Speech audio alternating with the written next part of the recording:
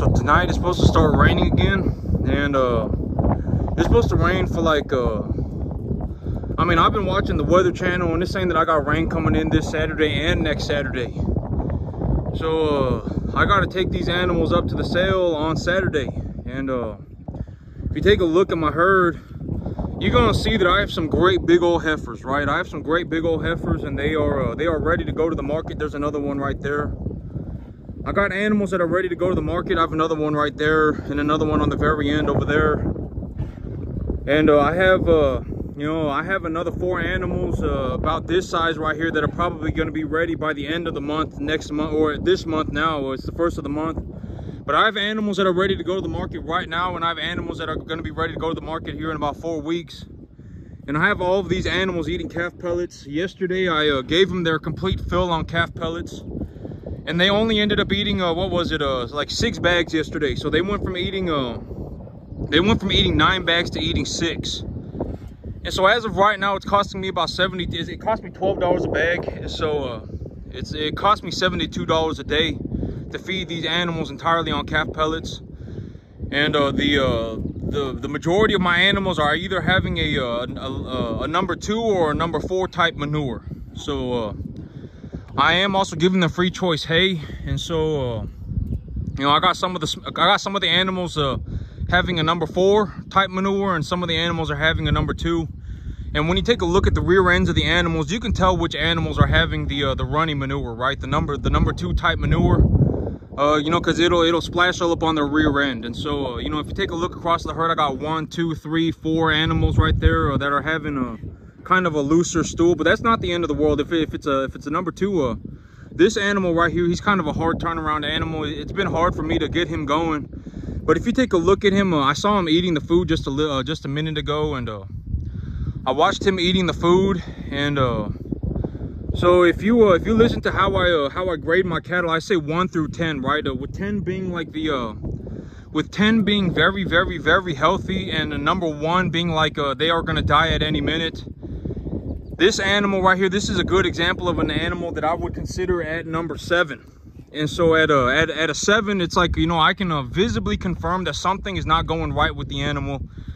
The animal does not look like they are doing very well for some reason, one reason or another. And this animal right here, I gave him a shot of Zactran, and he's not huffing and puffing or nothing. And but this animal, he had a hard time when he first got here. He had a hard time turning himself around and getting on the feed and getting squared away and everything. And so but soon as they hit that number 6 type, that number 6, when they get to a 6 out of 10 is usually, well, it depends on what's happening. If the animal's having some sort of a respiratory problem, if I look at an animal and I think that they're having a respiratory problem, but they're at a 7 or an 8, they're still eating, and they don't look too bad, I'll still give them the antibiotics. But if they are at a 6, I will isolate the animal. Under any circumstance, I will isolate the animal.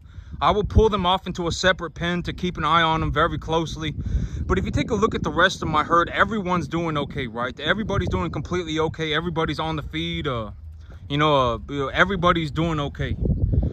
And so, but an animal like this, as soon as if he gets a little bit worse than that, like if I wake up tomorrow and he's coughing, then he's going into the pen. If he's going into the separation pen, if I wake up tomorrow and he's huffing and puffing, he's going off into the preconditioning pen. But as of right now, he looks like he's doing better. You know, when I take a look at him. But these animals, you know, these cattle, they will when they eat a good bit of food, you can actually tell, because their belly will actually swell up, because you know, these animals they eat about 3.25% of their body weight a day in food. And so if you think about that, this is a maybe he's you know, at 500 pounds, 3.25% is like 17 pounds of food. They eat a large amount of food. And so when they eat food, you should be able to see their stomach expand. And if they're all sucked in, that means they're not eating. But you know, when I take a look at him, he's definitely eating. And I've actually I watched him eat, and so I know he's eating. But if he gets a little bit worse than that, he's going into the preconditioning pen. And the other, the 3 animals in the preconditioning pen right now, 2 of them are doing just about completely okay. and that black white-faced heifer. I'm going to keep them in there for another day to just make sure everyone's doing okay. And that black white-faced heifer, she's still hovering around that 4. She's still hovering at that 4 out of 10 mark. And so as soon as I get done with this, I'm going to go and take a look at her, and I may give her another shot. I'll probably end up giving her another shot of Banamine, and I'll give her another shot of Banamine, and I'm debating what. Okay, so the other 2 animals, so all 3 of these animals, I treated them all with fluorphenicol. I treated all 3 of them with fluorphenicol. 2 of them got better practically, within 48 hours. The other 2 are just about at a 6. They are at a 6. If they get a little bit better from here, they are getting out of the preconditioning pen, and I'm letting them out here. I would say they're at about a 6. One of them's at a 5, and one of them's at a 6. And the other one's at a 4. The black white-faced heifer, I would deem her at a 4. If she hits a 3 out of 10, she's going to be separated. She's going to get put in the deathly ill pen by herself. But as of right now, they are all together, and I would say one of them's at a 6 and one of them's at a 5, and the black white-faced heifer's at a 4. And all 3 of them got treated with fluorphenicol, and that fluorphenicol seems to have fixed the other 2 up, and it seems to have made the other heifer, the black white-faced heifer, feel better too. And so, I'm like, maybe I'll give her another shot of fluorphenicol and a shot of Banamine, but maybe I'll give her the shot of, I'm going to have to figure it out. I'm going to see what I'm going to do. I'm going to think about it, and I'm going to do something. But she's hovering at that 4 out of 10 mark, and the other 2 are getting better. And so, yeah, I got to figure out what I'm going to do with her. But these animals right here, you can tell, like an animal about this size right here, you can see this one right here. He's probably going to be ready to go to the market by the end of the month as well. And this is a steer, so I'm gonna make a bit more money. This is in Texas, this right here, this is what we call a Brangus. Well, I mean, a lot of people, but here in Texas particularly, we have a lot of Brahma influenced cattle, and you're gonna see a lot of Brangus in this area, and a lot of red coated Brangus, because it gets very hot here in the summer. It gets very hot, and these black hided animals, their gains suffer, and they're kind of miserable if they have a black coat. It gets very hot, and they start heating up. The moment it gets past about 90, you're gonna start seeing the black coated animals start huffing and puffing real bad. I mean, they're just gonna start it's gonna get too hot for them. But this animal right here, this is what this is a Brangus. And this animal right here, the feeder cattle market sitting at about 254. Yeah, it's sitting at about 255 right now, and I would say for an animal like this, I should probably get something about 230. I would say I get something about 230, maybe a little bit more at 800 pounds. So, something about 230, 240, something like that. 230, 240, something like that. This is a Brangus right here. And so that's a good one. And then I got another, oh, but he's over there drinking water. But I got another, but I don't think he's a Brangus, but he's some kind of, he's some kind of Brahma beef cross. But I think that this one's a Brangus. If I had to guess, I would say that one's a Brangus. But I got about I would say about 7 to 8 animals ready to go to market this month, and they're all at market weight and good market conditioning as well. In terms of good conditioning, they are at good conditioning. And so when it comes to these estimates, right? Okay, so I would say when you make a business plan, where you don't want to be is in a situation where you have a massive pile of nonsense and no money, right? Like you don't want to be in a situation where you are desperately holding on to something that you believe, that you have convinced yourself is going to work, but it's going the complete opposite way. You don't want to be in that situation. And I don't want to, and I don't enjoy saying this, okay? But let's just be honest with ourselves. If you actually go out into the world and you try and do something, you're going to realize that most of the time you are pathetic. Most of the time, most people can, like, if I went and tried to do math, it would be pathetic. If I went and tried to build a house, it would be pathetic. If I went out and tried to play football, it would be pathetic. It's the same thing with farming. Farming is not any different. I'm telling y'all this because I'm just going to put 2 and 2 together, and I'm going to say that there is probably a portion of my audience that is specifically focused on farming, and you are wanting to be a farmer. And I'm telling you, if you go out into the world right now and try and be a farmer, you are not a mystical, magical creature that fell out of heaven to 7, and that your life's a mystical, magical journey. It's not going to happen for you. I'm just telling you, you're probably going to be pathetic. Almost like if I went out and tried to play football, I would be pathetic. If I tried to go and do math, I would be pathetic. And so,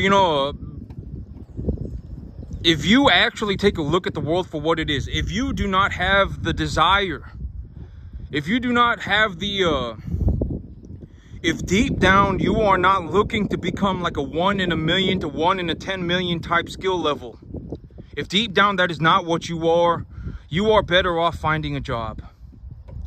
Because what's going to happen is you are going to go out into the world, even if you are in the 1 out of 100,000 range, you're an expert.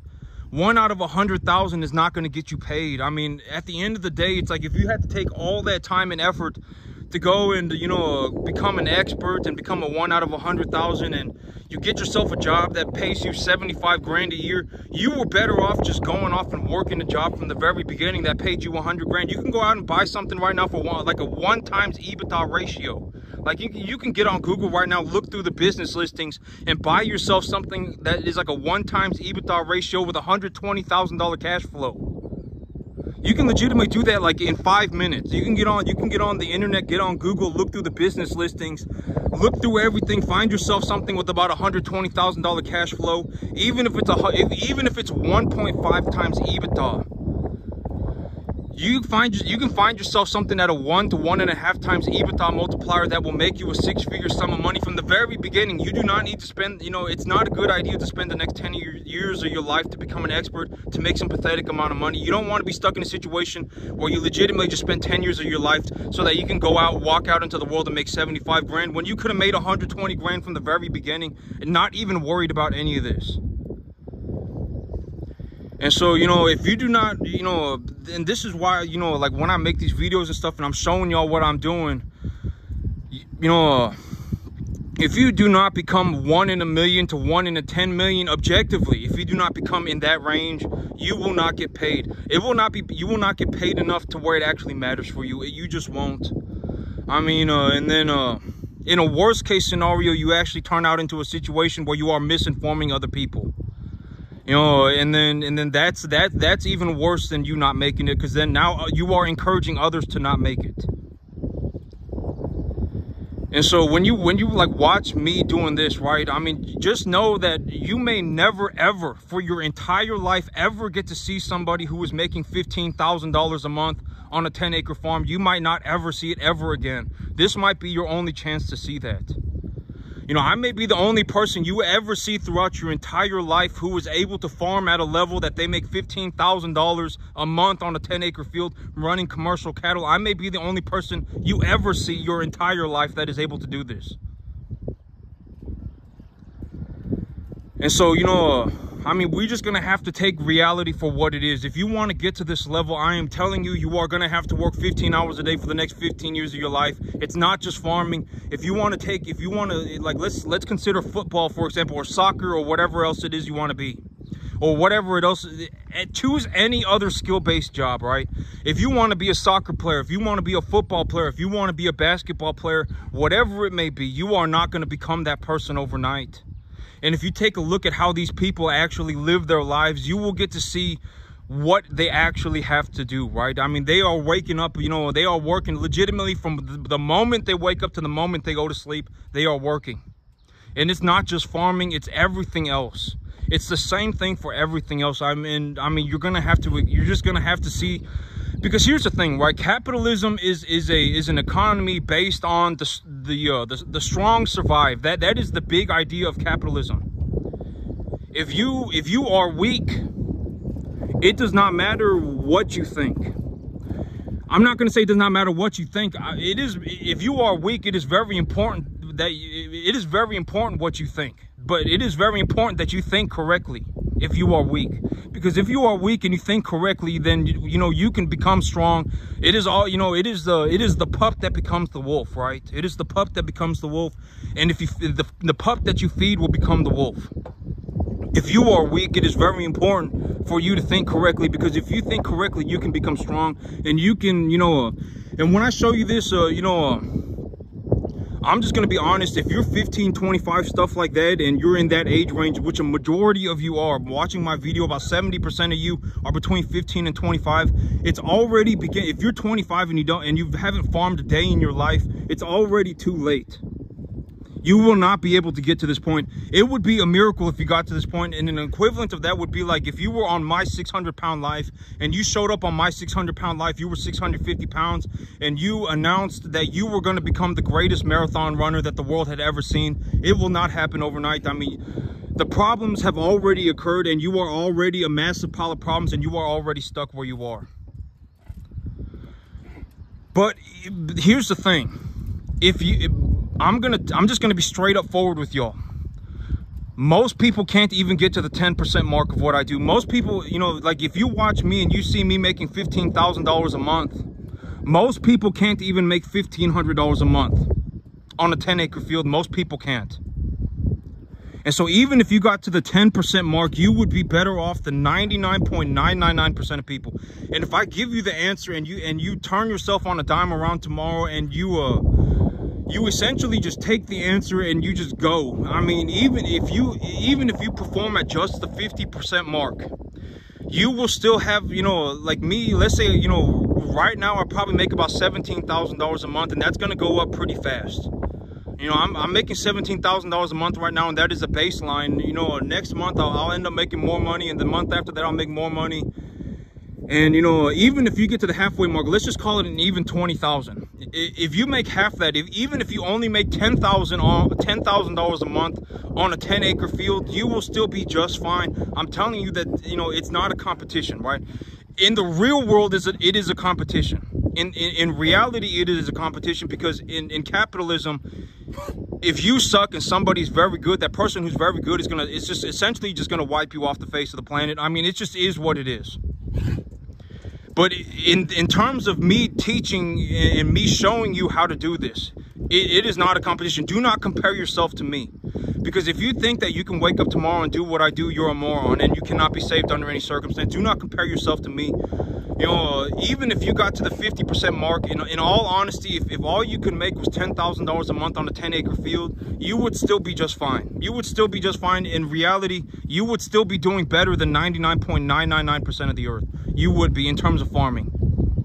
And so, you know, but when you go out into the world and you actually try and start your own business, or you try and run, or not try, if you actually go out into the world in reality and you look to start a farm and you look to start a business, if you are not good, you will suffer. I'm telling you, you will. And then you may end up never making it, and then just dying of old age, being lost forever. Very real possibility. It happens to a lot of people.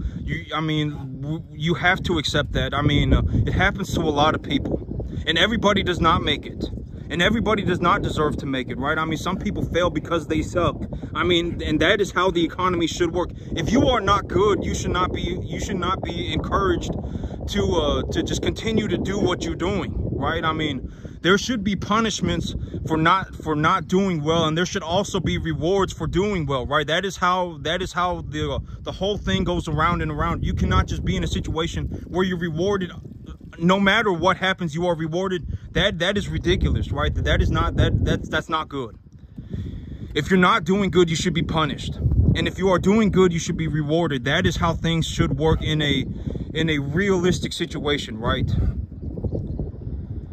And so in reality, if you are looking to start a farm, and you know, and you are looking to go out into the world and start a farm, just understand that in reality, if you are not good, you will suffer. And you will, I mean, it could be so bad that you legitimately lose everything forever. That is a very real possibility. It's not good to just ignore that and go, oh man, you know, I'm just going to be naive and ignorant forever, and everybody fell out of heaven to seven, including me, and it does not matter what I do. And here's the thing about being smart, right? I mean, if being smart led to being rich, like if being smart directly led to you having money, everybody would take an IQ test when they're 10 years old, right? Because when you're 10 years old, you're not really you're just pretty much what you were born with, right? Your IQ is pretty much what you were born with, and everybody would take an IQ test at 10 years old. And if you scored over, if you scored in the 1 in a 10 million range, like if you were over 170 IQ, they would gather all of you in a room and ship you off to some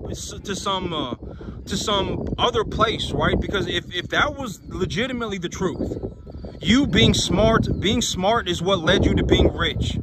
They would the world would have already figured that out. They would take all of the people who are born with a 1 in 10 million IQ, put them all in a car, and just take them into some take them to some, you know, whatever, right? They would separate all of the people with 1 in a 10 million IQ and take them off into be on their own. And then those would be they would just grow up to be rich, right? If being smart led to you being rich, then the world would have already figured that out, and all of the smart people, all of the people with a 1 in 10 million IQ and higher would be separated from the entirety of the population, and they would just grow up to become rich. Being smart does not lead to being rich. You know, I mean, the only thing that ultimately leads you to having this much money is you're gonna have to work. I mean, work a lot. I mean, 15 hours a day for 15 years straight. Legitimately, that is the only thing. I'm telling you, if being smart led to being rich, the world would have already figured that out, and all of the people with 1 in 10 million IQs and higher would just be shipped off into a different location, and they would just grow up to become rich. Destined to become rich, right? Not true. You have a large influence on whether you make it or not. You do. Everybody does, you know, and if you objectively, you know, realize that the amount of effort you put in, and here's the thing, right? Like me, I make you know, I'm not even doing very well, and I'm gonna make close to $20,000 this month. Last month I did horribly, and I made 10 grand. Money talks. You know, if you don't have any money and you have a massive pile of BS, you're a moron. I mean, that's not a good situation to be in, right? I mean, there is not any other way to put it. That's not a good situation to be in. I mean, you're kind of a pathetic loser, and you know you can do something about it. But I'm gonna be honest. If you're over 15. If you're in that 15 to 25 range, like which more than half of you are watching, close to half of you watching my video, or some 70% of you are between 15 and 35. And I'm telling you that, you know, if the damage has already been done. I don't know how else to tell you this, but you are going to grow up more or less. You know, the damage has already been done. You are probably not going to get to a point where you are a millionaire by the time you're 30. It's probably just not going to happen for you. You know, the closer you are to 15, the more realistic of a chance you have. But for a mass majority of people, the damage has already been done. It cannot be turned around. And you know, and I don't enjoy saying that, but we're just gonna have to accept it for what it is. And if you turned on a dime tomorrow and started working 15 hours a day, it would be a miracle. It would not be normal. It would not be the average person. The average person is not able, they just won't, because they are under a massive pile of nonsense. Under a massive pile of nonsense, and they cannot move out. They cannot get away from it. I'm telling you, you're stuck under that. For a mass majority of people, it is, you know, it just is. And if you manage to scrape all that nonsense off of you and turn around on a dime tomorrow, it would be a miracle. It would not be average. But that's it for me today, YouTube. Y'all have a good one.